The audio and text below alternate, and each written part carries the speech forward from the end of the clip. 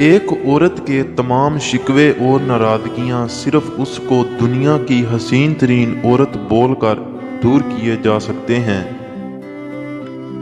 عورت تجسس کی ماری ہوتی ہے، ایک بار بس اتنا کہنے کی دیر ہے کہ میں ہاتھ دیکھ لیتا ہوں، دوسرے ہی لمحے اس کی ہتھیلی آپ کے ہاتھ میں ہوگی۔ محبت میں خواری کی ایک بڑی وجہ یہ بھی ہے کہ انسان خود سے زیادہ محبوب سے مخلص ہو جاتا ہے۔ محبت ہمیں اپنا بھی نہیں چھوڑتی۔ اگر ایک قلم کار تمہاری محبت میں مبتلا ہو جائے تو تم کبھی مر نہیں سکتے۔ من پسند انسان کا کوئی متبادل نہیں ہوتا، نہ خواب و خیال میں، نہ زمین و آسمان میں۔ مجھے پرانے درخت، قدیم حویلیاں، پرانے گیت، زرد پتے، اداس آنکھیں، ویران جزیرے، خاموش مسکراتے لوگ پسند ہیں۔ ہمارے معاشرے میں جب رشتہ کرنا ہو تو عورت کا ماضی دیکھا جاتا ہے اور مرد کا مستقبل۔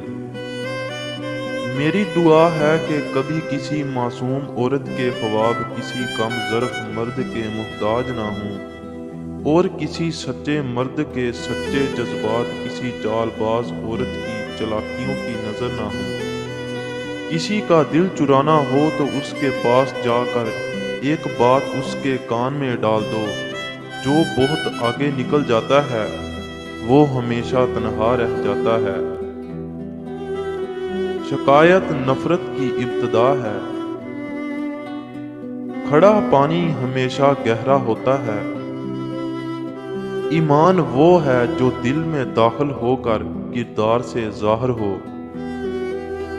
عورت مرد میں دلداری عام بات ہے، لیکن عورت دلداری سے زیادہ روح داری کا شوق رکھتی ہے۔ جب تک اسے روح داری نہیں ملتی، اسے دلداری میں سکون مل ہی نہیں سکتا، کیونکہ عورت کو جسم میں اس وقت تک دلچسپی نہیں ہوتی جب تک اس کی روح راضی نہیں ہوتی۔ جو عورت اپنے دل میں تمہارے لیے پیار لیے پھرتی ہے، وہ تمہارے سامنے یہ 3 حرکات ظاہر کرتی ہے۔ اول تمہیں دیکھ کر خوش ہونا، دوم شرمانا، سوم نظریں نہ ملا پانا۔